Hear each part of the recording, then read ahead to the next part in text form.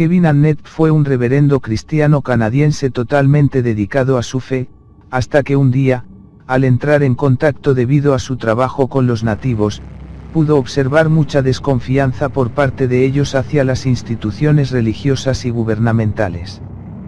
Al investigar la causa de esa desconfianza, descubrió que las antiguas escuelas residenciales para niños nativos de Canadá tenían mucho que ver, en donde tenían lugar crímenes muy parecidos al de los campos de concentración nazis. Un dato curioso es que la Orden de los Jesuitas, una de las sociedades más importantes e influyentes de los Illuminati, establecieron las escuelas residenciales indígenas en los Estados Unidos y Canadá entre los años 1880 y 1890. Después, los gobiernos de ambos países y ambas iglesias, la católica y la protestante, adoptaron el modelo de esas escuelas. Según Annett, todas las iglesias protestantes siguieron el ejemplo del Vaticano, incluyendo la forma en que trataron a los indígenas y la forma en que los asesinaron. Los misioneros habían estado operando durante mucho tiempo en Canadá, con lo cual el gobierno autorizó las escuelas residenciales en la década de 1890, y se prolongó durante casi un siglo. El último se cerró en el año 1996. Probablemente la mitad de los niños murieron en esos lugares, más de 50.000 niños nunca regresaron y 150.000 sufrieron abusos. Los Illuminati se encargaron de hacer desaparecer las culturas y lenguas de los pueblos del mundo mediante su occidentalización, para imponer así su nuevo orden mundial en el futuro. Además, cabe recordar que ellos se alimentan de la energía proveniente del sufrimiento de los pobres niños mediante rituales y sacrificios, así como también dan ese alimento a sus deidades. También tenemos lo de provocar traumas muy fuertes para romper en pedazos la personalidad del niño y convertirlo en un futuro esclavo mental de la élite, experimento MKUltra. Todo está relacionado. Esas escuelas arrancaban a los niños de sus hogares para luego, una vez allí, hacerlos pasar hambre, utilizarlos como esclavos para trabajar, infectarles deliberadamente con tuberculosis y utilizarlos para hacer experimentos con medicinas, además de que el abuso sexual y el tráfico de niños eran constantes. Kevin trabajó mucho con los testigos y supervivientes de esos crímenes, luego empezó a investigar el negocio que tenía la iglesia en Canadá con las tierras, que se las vendían a grandes empresas, como las madereras. Todos esos descubrimientos hicieron que Kevin fuese expulsado de la Iglesia Unida de Canadá en 1997 y fuera amenazado con que nunca iba a volver a trabajar en su país. Por lo tanto se dio cuenta que la Iglesia es un poder en sí mismo y no es responsable ante los tribunales internos. Este ex reverendo advierte que las personas deben atacar y desvincularse de esas instituciones que se llaman Iglesia y dejar de darles dinero. Sin embargo, esto no es todo. Los gobiernos, junto con la policía, son cómplices también de ese genocidio. Podemos ver que el caso de Kevin es muy parecido al caso de los orfanatos católicos en Irlanda. Se trata de niños violados sistemáticamente durante siglos por esas instituciones, y se sabe que en los cementerios de las áreas cercanas a estas escuelas en todo Estados Unidos, Canadá e Irlanda existen fosas comunes. Actualmente, Annett es el secretario encargado del Tribunal Internacional de Crímenes de la Iglesia y el Estado.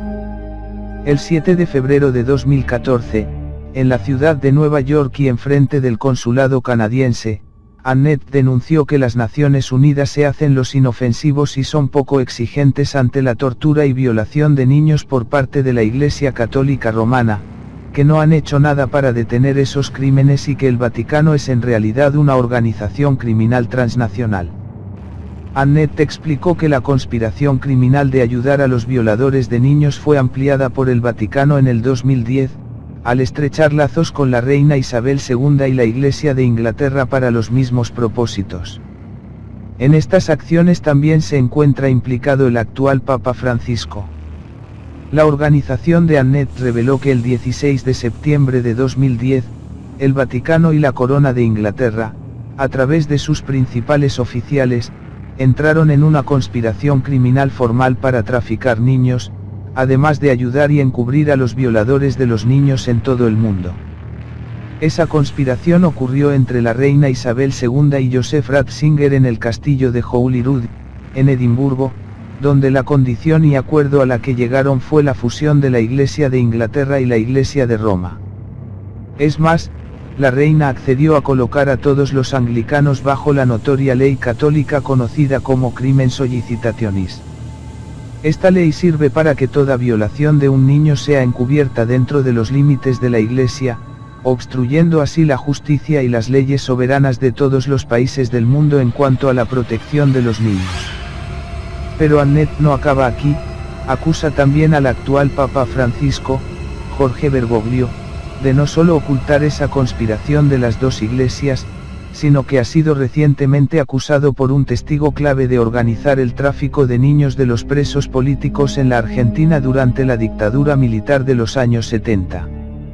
Annette y su organización actualmente solicitan demandas en los tribunales internacionales, cuyos demandados son el actual Papa Bergoglio, las organizaciones de la Ciudad de Londres y la Corona de Inglaterra, así como el Vaticano y la Orden de los Jesuitas. Annette también denuncia que le podrían adjudicar cargos de traición, debido a su pasado como reverendo, por parte de la monarquía británica. Sus colaboradores más cercanos en Inglaterra y Canadá, fueron recientemente arrestados y detenidos, sin cargo alguno y sancionados por Isabel II de Windsor, por haber difundido la información sobre crímenes cometidos a diario en contra de los niños por parte de la corona británica, el Vaticano y las Cortes. Para Annette, la corona y el Vaticano han perdido su autoridad moral y legal debido a que son criminales. Pero esto no acaba aquí.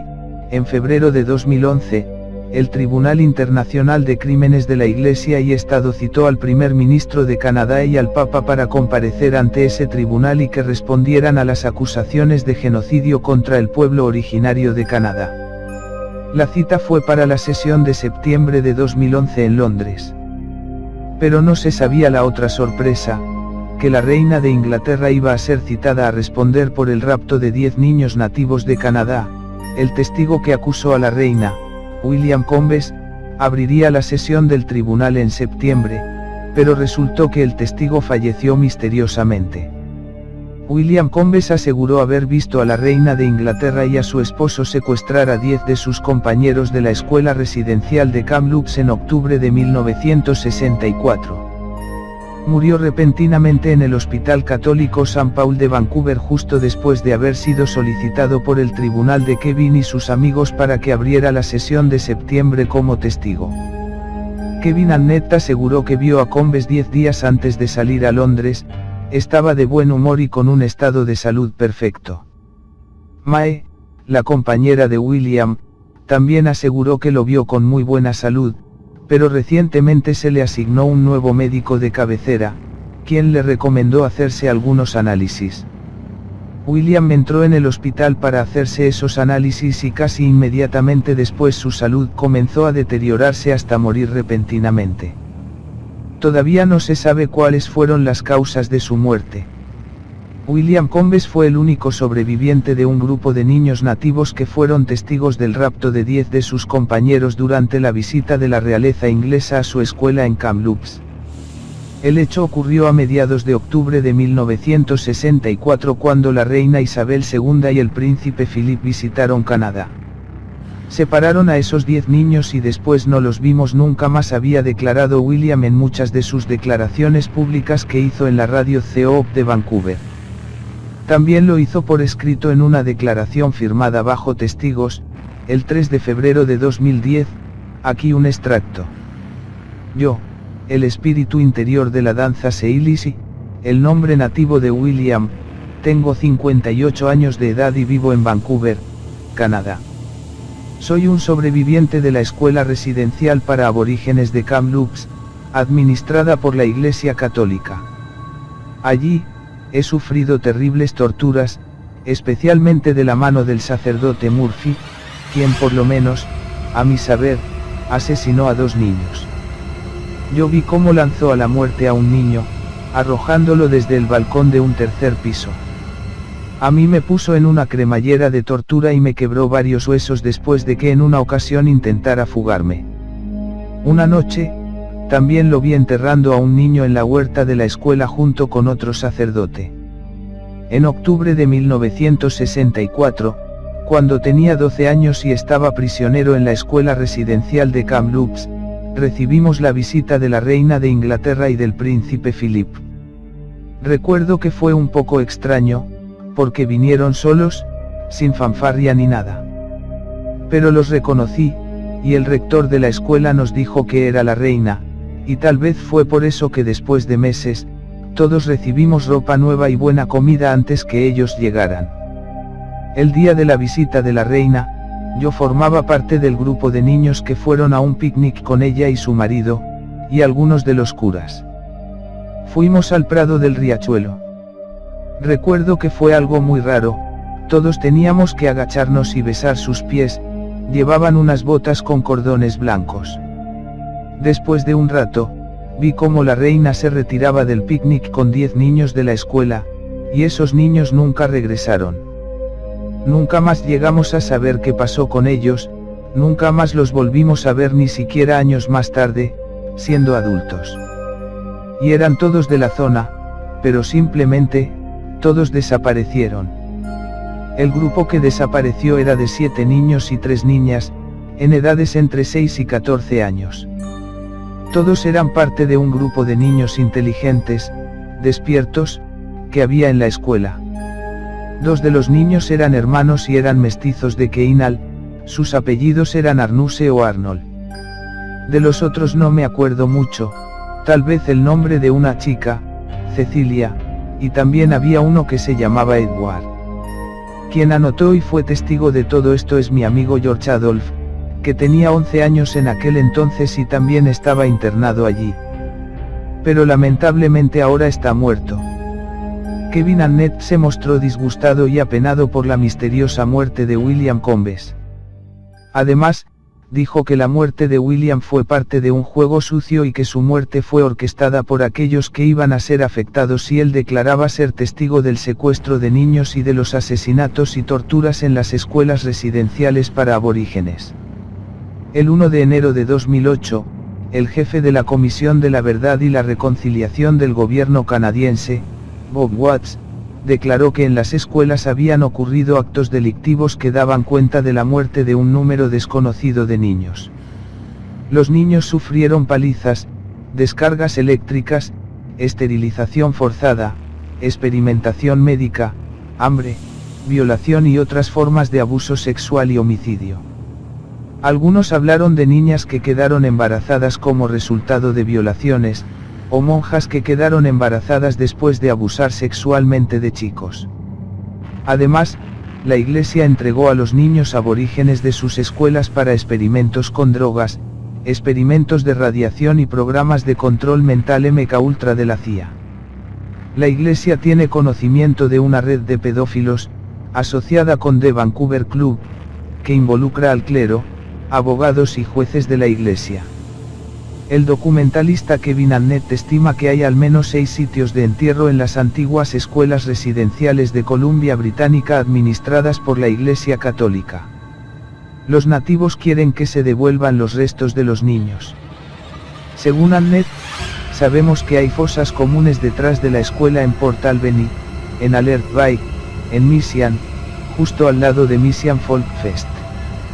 Annett dijo que ha escuchado muchas historias de niños que simplemente desaparecieron de las más de 100 escuelas residenciales para niños aborígenes que operaban en Canadá desde la década de 1870 hasta principios de 1980. Antiguos estudiantes le han dicho a Annett que ayudaron con los entierros. Muchos murieron de tuberculosis, violencia y abuso. Según Annett, se trata de genocidio. Se trata de asesinato. Si hace una estimación conservadora, entonces está hablando de al menos 50.000 niños en todo Canadá durante más de un siglo. Los sacerdotes desenterraron tumbas secretas con mucha prisa en el año 1972, cuando la escuela cerró. A nadie se le permitió verlos desenterrar esos restos. Creo que es porque era un cementerio especialmente secreto donde estaban enterrados los cuerpos de las niñas embarazadas. Algunas de las muchachas que quedaron embarazadas de los sacerdotes fueron asesinadas porque amenazaron con hablar. A veces se enviaban y algunas veces simplemente desaparecían. No se nos permitió hablar de esto. Testimonio de Arnold Sylvester a Kevin Annette Duncan, 13 de agosto de 1998. Según las fuentes, existe un sistema organizado de explotación de mujeres y niños en la costa oeste de Canadá.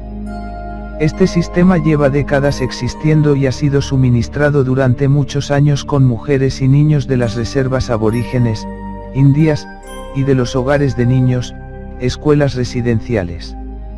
Este sistema es mundial.